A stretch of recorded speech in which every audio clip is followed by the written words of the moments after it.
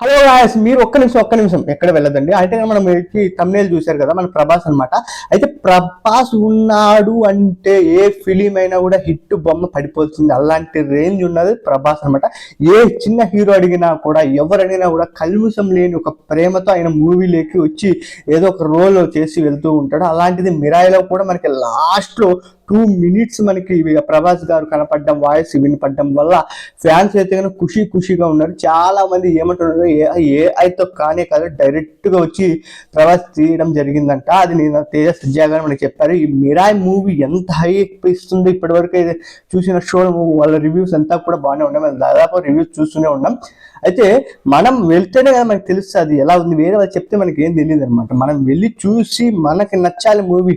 ఒకరికి నచ్చలేదని మనకు నచ్చదనేసి మనం అనుకోవడానికి అయితే లేదు. నీ మనసుకు ఒకరికి నచ్చుతుంది, వాళ్ళకి నచ్చుతుంది అలా అనమాట. అయితే ఇక్కడ మనం గమనించాల్సింది ఏంటి అంటే, ఈ యొక్క ప్రభాస్ గారు లాస్ట్ లో వస్తాడనమాట. కృష్ణుడు అంటే ఆమె చెప్తారనమాట, నీకు ఒక శక్తి అవసరం, అది కృష్ణుడు అనమాట. ఆ కృష్ణుడి శక్తి లాస్ట్ లో మనకి ఆయన ఒక కంటి చూపు 1/2 సైడ్ చూపించడం. అండ్ నెక్స్ట్ ఏంటంటే ఆయన వాయిస్ కి చాలా వరకు మొత్తం థియేటర్ అల్లకొల్లాలం అయిపోవడం. ఫ్యాన్స్ అయితే కానీ ఇంకా అయితే దుమ్ము లేపుతున్నారనమాట. ఇంకా మా ప్రభాస్ గారు కనపడ్డారు అనేసి.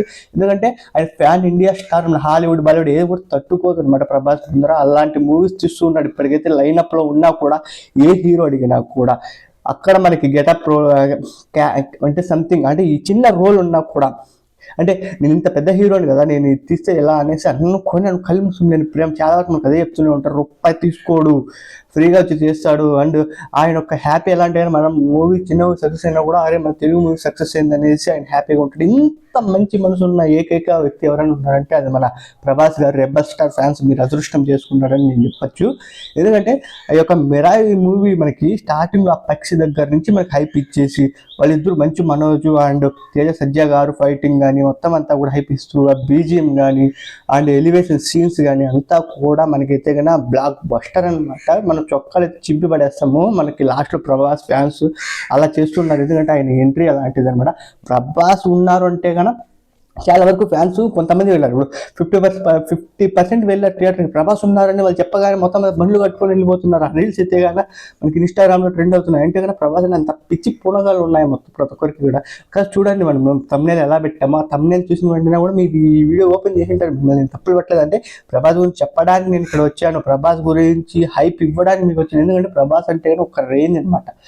ఎందుకంటే చిన్న మన తెలుగు ఇండస్ట్రీ నుంచి ఇప్పుడు అతన్ని ఎవరు కూడా తాగలేరు. అంత స్థాయికి ఎదిగిన ఒక స్టార్ ఎవరైనా అంటే రెబల్ స్టార్. ఆయన కట్అవుట్ అలాంటిది అనమాట. ఎవరైనా చూడండి, ఎవరైనా హీరో కొడితే కానీ కొట్టినారా అనేసి, అదే ఒక రెబల్ స్టార్ ప్రభాస్ కట్అవుట్ చూసిన వెంటనే కొట్టేస్తారా, ఎవరైనా కొట్టేస్తారా అని ఒక మూడ్లోకి మనం వెళ్ళిపోతాం ఫ్యాన్స్.